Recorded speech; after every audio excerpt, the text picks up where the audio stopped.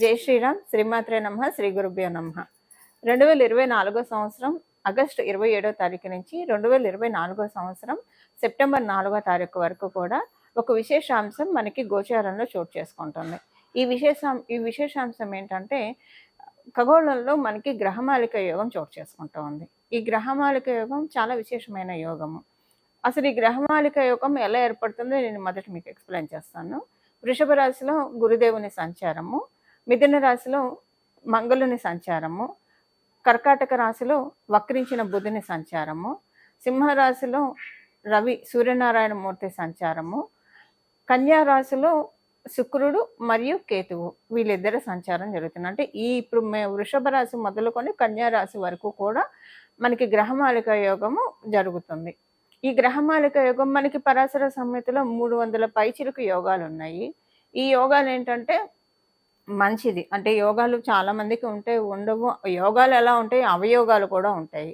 అయితే ఈ యోగాలు ఉన్నప్పుడు కొంతమందికి అన్ని యోగాలు అయితే ఎవరి జాతకాల్లో ఉండవు అనుకోండి. మనకి పరమాత్ముడు జన్మ తీసుకున్నప్పుడు మర్యాద పురుషోత్తముడైన శ్రీరామచంద్రమూర్తి, శ్రీకృష్ణ పరమాత్ముడు ఇలా వాళ్ళు జన్మ తీసుకొని దేశాన్ని మన జనాన్ని ఉద్ధరించడానికి వచ్చినప్పుడు వాళ్ళకి ఉంటాయి. కానివ్వండి, సాధారణంగా అందరి జాతకాల్లో ఇన్ని యోగాలు ఉండవు. అందులో ఈ గ్రహమాలిక యోగం చాలా విశేషమైన యోగం. అసలు ఈ గ్రహమాలిక యోగం అంటే ఏంటో నేను మీకు మొదటగా ఎక్స్ప్లెయిన్ చేస్తాను. ఇప్పుడు పూలు తెస్తాము, మనం దేవుడికి ఆ పూలు ఇప్పుడు మల్లెపూలు సంపంగులు కావచ్చు, లేదంటే ఈ సనజాజి పూలు, విరజాజి పూలు ఇలాంటివి దండ కట్టే మాల కట్టే పూలు కొన్ని తెచ్చాం, కనకాంబరాలు ఇలాంటివి తెచ్చినప్పుడు మామూలుగా అలాగా ఉంటే విడివిడిగా పెట్టుకోలేం కదా. మనం తల్లైనా పెట్టుకోలేం, భగవంతుడికి కూడా పెట్టలేం. భగవంతుడికి పెట్టిన మాల కట్టి పెడితే అందం వేరుగా ఉంటుంది. ఈ గ్రహమాలిక యోగం అంటే ఎలా ఉంటుందంటేనండి, అంతే పనులు. అంటే ఇప్పుడు సపోజ్ ఎవరికైనా గ్రహమాలిక యోగం జన్మజాతకంలో ఉంటే వాళ్ళ జన్మజాతకంలో మిగతా యోగాలు కూడా ఉంటాయి కదా. ఈ గ్రహమాలిక యోగం ఏం చేస్తుందంటే అది ఎప్పుడు యాక్టివేట్ అవుతే వాళ్ళకి ఇంకా పర్మనెంట్గా లైఫ్ లాంగ్ ఆ యోగాలు వాళ్ళకి కలిసి వస్తాయో అప్పుడు యాక్టివేట్ చేస్తున్నాయి. ఇప్పుడు కొన్ని యోగాలు ఉంటాయి, అవి యాక్టివేట్ అవ్వకూడని సమయంలో యాక్టివేట్ అయ్యాయి అనుకోండి, అవి అసలు తెలియకుండానే వెళ్ళిపోతాయి. అసలు వాటి వల్ల ఉపయోగం ఉండదు, ఫలితం కూడా ఉండదు. ఇప్పుడు కొంతమందికి చిన్నతనంలో కొంత నేమ్ అండ్ ఫేమ్ వస్తుంది. అప్పుడు వాళ్ళకి అంత పెద్ద తెలియని కూడా తెలియదు. అదే నేమ్ అండ్ ఫేమ్ వచ్చిందని వాళ్ళకి ఎంజాయ్ చేసే ఇది కూడా ఉండదు. ఏదో కొంత తెలుస్తుంది. మళ్ళీ వాళ్ళు పెద్దయ్యాక ఆ నేమ్ అండ్ ఫేమ్‌కి దూరమయ్యి బాగా స్ట్రగుల్ అవుతారు. సో, వాళ్ళకి కరెక్ట్‌గా టీనేజ్‌లోనో కొంచెం ఏజ్ ఇప్పుడు 25 క్రాస్ అయినప్పుడు వస్తే వాడికి తెలుస్తుంది దాన్ని ఎలా పట్టుకోవాలి ఏంటి అన్నది. ఈడే మీకు ఇంకా అర్థమయ్యేట్టు చెప్పాలంటే, పసిపాప పుడితే కనుక ఫస్ట్ పాలిస్తాము. తర్వాత సెర్లాకు, కొంచెం పళ్ళు ఇలాంటివి పెడతాం 3వ నెల నుంచి. అరటిపండు ఇలాంటివి నెమ్మదిగా అలవాటు చేస్తాం. క్యారెట్ ఉడకేసి పెడతాము. తర్వాత అన్నప్రాసన చేసినప్పుడు రవ్వన్నం ఉడకేసి పెడతాం. కొంచెం పరమాన్నం పెడతాం. తర్వాత రవ్వన్నం ఉడకేసి పెడతాం. తర్వాత నెమ్మదిగా అంచెలంచెలుగా వాళ్ళ డైజెస్టివ్ సిస్టమ్‌కి ఘన పదార్థాన్ని అలవాటు చేసి, ఆ తర్వాత మనము నెమ్మదిగా రైసు అవన్నీ మనం అలవాటు చేస్తాం. ఇంకేవైనా సరే నెమ్మదిగా 1 బై 1 ఇంక్లూడ్ చేసుకుంటూ వెళ్తాం. కానీ అన్నప్రాసన రోజు ఆవుకి అన్నం పెడితే ఇండైజెషన్ వచ్చేస్తుంది. అసలెవరం అలా చేయము. ఈ గ్రహమాలిక యోగం కూడా అలానే. అంటే అలాగని వాళ్ళ ఇళ్లలో లేదా, వాళ్ళు పెట్టడానికి లేదా పిల్లలకి. వాళ్ళ దగ్గర పంచపక్ష పరమాన్నాలు పెట్టే స్థాయి ఉన్నా పెట్టరు. ఎందుకు పెట్టరు పెద్దవాళ్ళు? పిల్లల డైజెస్టివ్ సిస్టము అంతా చూసుకొని జాగ్రత్తగా పెడతారు. సో, ఒక పసిపాపని తల్లిదండ్రులు ఎంత కేర్ తీసుకొని ఎలా పెడితే వాళ్ళకి ఇప్పుడు మనం పెట్టే ఆహారం వల్లే కదా వాళ్ళకి ఆరోగ్యము. ఎలా పెడితే వాళ్ళకి ఆహారము, వాళ్ళు చక్కగా తుష్టిగా పెరుగుతారో, వాళ్ళ మైండ్ ఇంకా చక్కగా పెరుగుతుందో, ఏమేం పనులు వాళ్ళ చేత చేపిస్తే, ఆటలు ఆడించడము, వాళ్ళని మానసికంగా యాక్టివ్‌గా ఉంచడం, ఇలాంటివన్నీ కూడా చాలామంది మనందరం చేస్తూ ఉంటాం కదా. సో, మనం తల్లిదండ్రులుగా ఎవరి దాకెందుకు, మనం మన పిల్లల్ని చిన్నప్పటి నుంచి ఎంత జాగ్రత్తగా పెంచుకుంటూ వచ్చామో, అదే గ్రహమాలిక యోగం అండి. గ్రహాలు మనల్ని చక్కగా పెంచుతాయి. అంటే ఎలా అంటే మీకు ఇక్కడ అర్థమయ్యేట్టు చెప్పాలంటే, మన జన్మ జాతకంలో ఉన్న యోగాలు కరెక్ట్ టైంలో అవి యాక్టివేట్ చేస్తాయి. ఎప్పుడు యాక్టివేట్ అయితే అవి ఇంకా మనకి లైఫ్ లాంగ్ పర్మనెంట్‌గా ఉంటాయో, ఇప్పుడు కొంతమంది జీవితాల్లో చూడండి, ఒక స్టేజ్ పాయింట్ వచ్చిన తర్వాత వాళ్ళకి లైఫ్ ఎలా టర్న్ అవుతుందంటే, అక్కడి నుంచి వాళ్ళు ఇంకా వెనక్కి తిరిగి చూసుకునే అవసరమే రాదు. ఇలా మన చుట్టూ ఉన్న వాళ్ళది, లేదా కొంతమంది లైఫ్‌లో మనం ఈ మాట వింటూ ఉంటాం కదా. ఆ రోజు నుంచి నాకు వెనక్కి తిరిగి చూసుకునే అవసరం జీవితంలో నాకు డెస్టినీ కనిపించలేదు, ప్రకృతి మాత కల్పించలేదు అనని చెప్తారు కదా. అది ఈ గ్రహమాలిక యోగం ఎవరికైతే ఉంటుందో మిగతా యోగాలు ఎప్పుడు యాక్టివేట్ చేయాలి. ఇది కొంతమందికి చిన్నప్పటి నుంచి జ్యోతిష్యులు కావచ్చు, పండితులు చెప్తూ ఉంటారు. మీకు ఈ యోగం ఉంది, ఆ యోగం ఉంది, ఈ టైంలో బాగుంటుందని చెప్పి. సో జనరల్‌గా ఏంటంటే చాలామంది అనుకుంటారు చేతిరేఖలు చూసి బాగుందని చెప్పారు, ఇవన్నీ చూసి చెప్పారు. కానీ కొన్ని కొన్ని సార్లు అవేమి చూడట్లేదని. వాళ్ళకి గనక గ్రహమాలిక యోగం అంటే ఎప్పుడు యాక్టివేట్ చేయాలో అప్పుడు యాక్టివేట్ చేస్తుంది ఆ యోగాన్ని. అప్పుడు యాక్టివేట్ చేసిన తర్వాత ఇంకా వాళ్ళకి లైఫ్‌లో ఏ విషయంలో కూడా తిరిగి చూసుకునే అవసరం డెస్టినీ వాళ్ళకి కల్పించదు. అలాంటి వాళ్ళకి ఈ గ్రహమాలిక యోగం ఉంటుంది. ఒకసారి వచ్చిందంటే ఇంకా అది లైఫ్ లాంగ్ స్టాండ్ బై అయిపోతుందనమాట.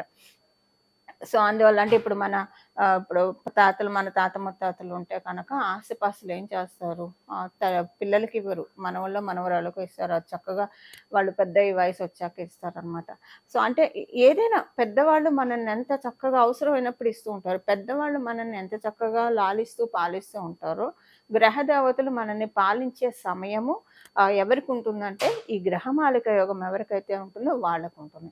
సో ఇదేంటంటే ఒక అలైన్మెంట్ ఆఫ్ ప్లానెట్స్ అనమాట. అవన్నీ కూడా ఒక క్రమశిక్షణతోటి ఎప్పుడు ఏ పనులు చేయాలి. ఇప్పుడు చూడండి, ఉదయం లేవంగానే చక్కగా మన నిత్యకృత్యాలు అయిన తర్వాత బ్రేక్ఫాస్ట్ తిని తర్వాత మధ్యాహ్నం లంచ్ చేసి తర్వాత డిన్నర్ చేసి మనం మన పనులు చేసుకుంటాం.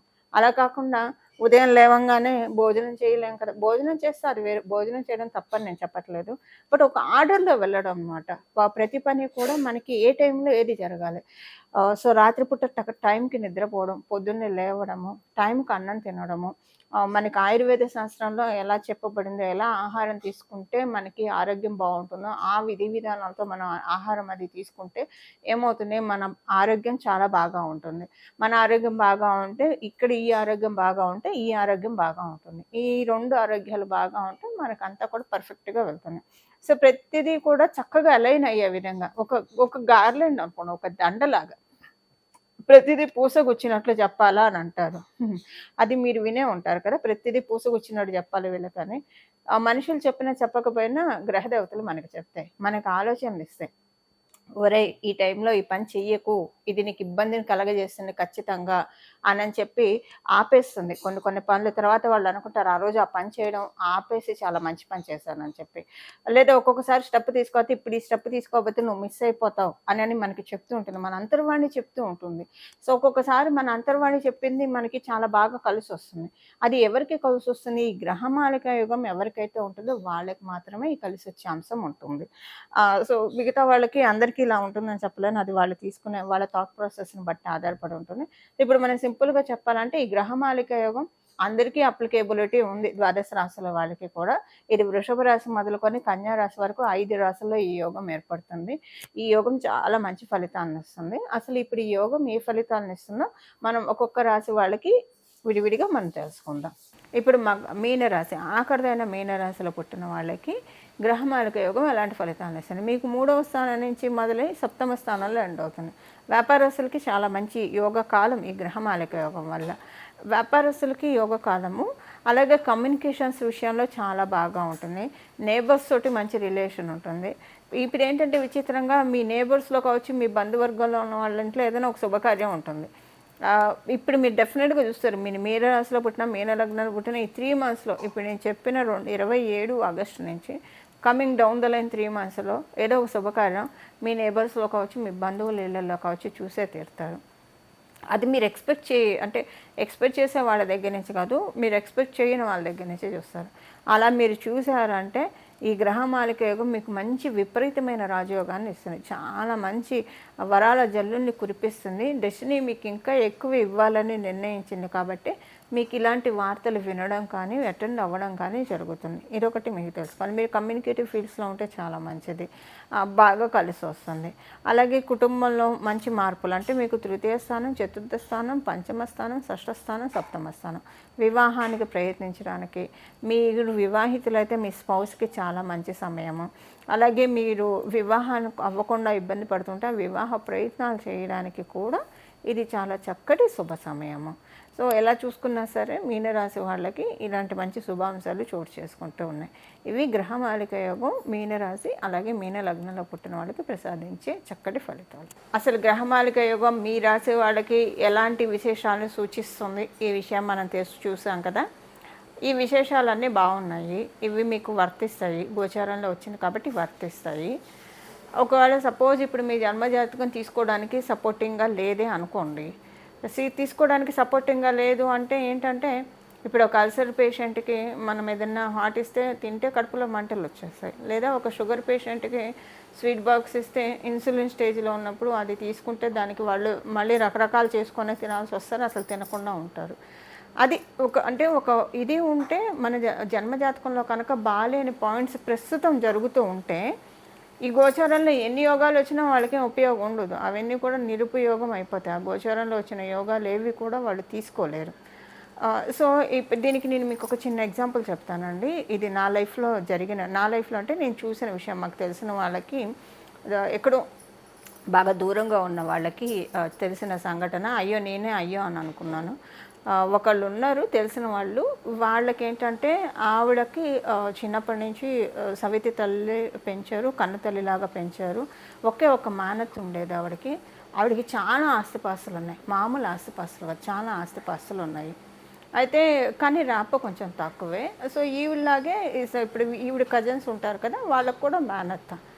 అయితే ఇప్పుడు ఎవరికైనా ఎక్స్‌పైరీ డేట్ ఉంటుంది కదా! ఒక వస్తువుకి ఎక్స్‌పైరీ డేట్ ఉన్నట్టు ఈ బాడీకి కూడా డెఫినిట్‌గా ఎక్స్‌పైరీ డేట్ ఉంటుంది కదా! ఆవిడకేంటంటే 98 ఇయర్స్ వచ్చేప్పటికి చక్కగా సుమంగళిగా సువాసిని స్త్రీగా ఆవిడ తనువు చాలించారు.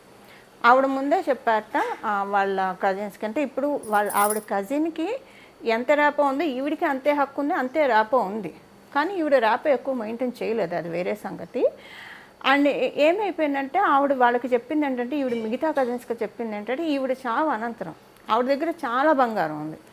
దగ్గర దగ్గర చెప్పాలంటే ఒక 2 కేజీల బంగారం అయితే ఆవిడకుంది. వాళ్ళ వంశం నుంచి పూర్వీకుల నుంచి వచ్చే బంగారము ఆవిడ మళ్ళీ చేయించుకున్నది. మంచి పొజిషన్‌లో ఉండేవాళ్ళు వాళ్ళు దంపతులు ఇరువురు కూడా. ఈ బంగారం అంతా ఊరి ప్రజలకి పంచిపెట్టమని చెప్పేసింది ఆవిడ. వాళ్ళకి ఆస్తిపాస్తులు ఇచ్చింది. వాళ్ళకిచ్చి పంచిపెట్టమని ఆవిడ చివరి కోరికగా చెప్పింది.